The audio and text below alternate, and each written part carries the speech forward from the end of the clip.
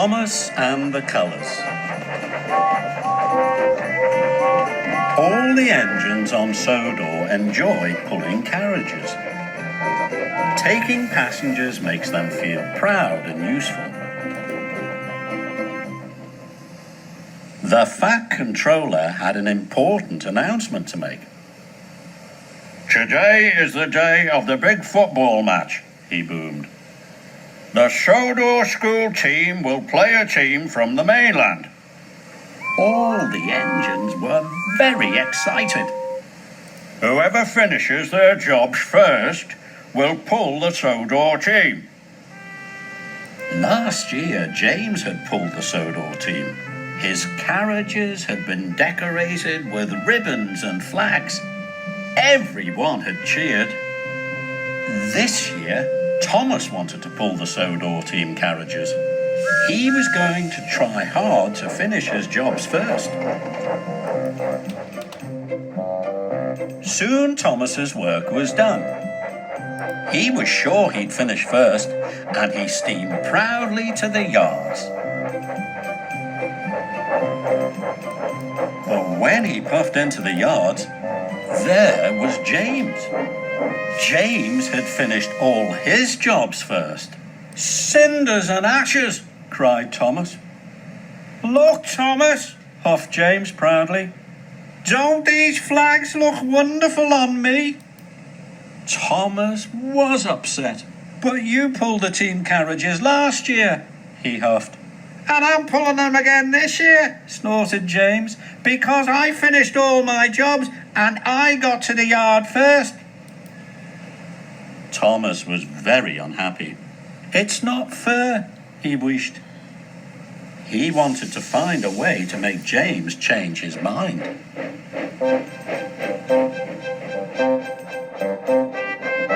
James was on his way to collect the Sodor team, but he had to stop at a signal. Thomas puffed up next to him. "I've got an idea," tooted Thomas. "Why don't you take the Fat Controller to the match? He will have the trophy. That's the best job. Then I can take the Sodor team carriages for you." But James didn't want to take the Fat Controller or the trophy. He thought wearing the team colours was much more exciting. Thomas tried to think of another way to make James change his mind.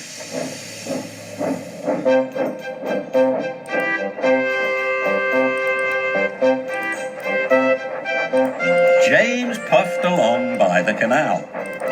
Thomas raced up alongside. "Wait, James," he cried. "Look at your reflection. Green flags spoil your bright red paint," puffed Thomas. But James didn't think so. He thought he looked splendid, and he puffed off smiling. Thomas's idea to take the team hadn't worked. He had to think of another one. James was still puffing proudly to collect the Sodor team. Thomas was puffing along too. He was thinking hard. Suddenly, an idea flew into his funnel. Thomas pulled up to the signal box. He was pleased that James hadn't yet arrived. "Quick, sir, you must change the points." So the signalman pulled a big lever. Then Thomas watched James fly into the siding. The siding hadn't been used for a long time. It was very overgrown.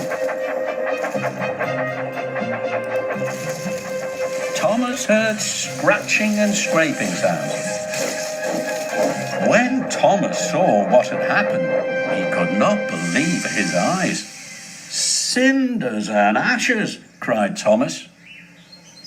All the green and white flags had been ripped from James's funnel and cab. The soda team colours are ruined, cried James. Thomas felt terrible. I'll go for help, he said, and he steamed quickly away. Thomas felt very silly. He wanted to take the team and he had spoiled everything. Just then he saw Bertie. Bertie was taking the children to the football match. They were all carrying flags and wearing scarves. But Bertie had broken down. Smoke was coming from his radiator and his engine made a wheezing sound. Please, Thomas, said Bertie, can you take the children to the football match for me? I'm sorry, Bertie, puffed Thomas, but I have to help James. Thomas felt bad. He had already got James into trouble and now he couldn't help Bertie.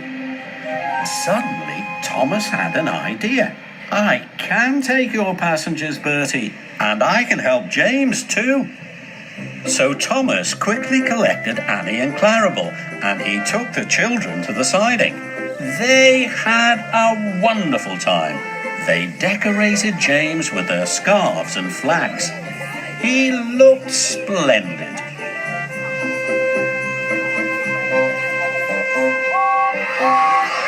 When James arrived at the football ground, everybody cheered.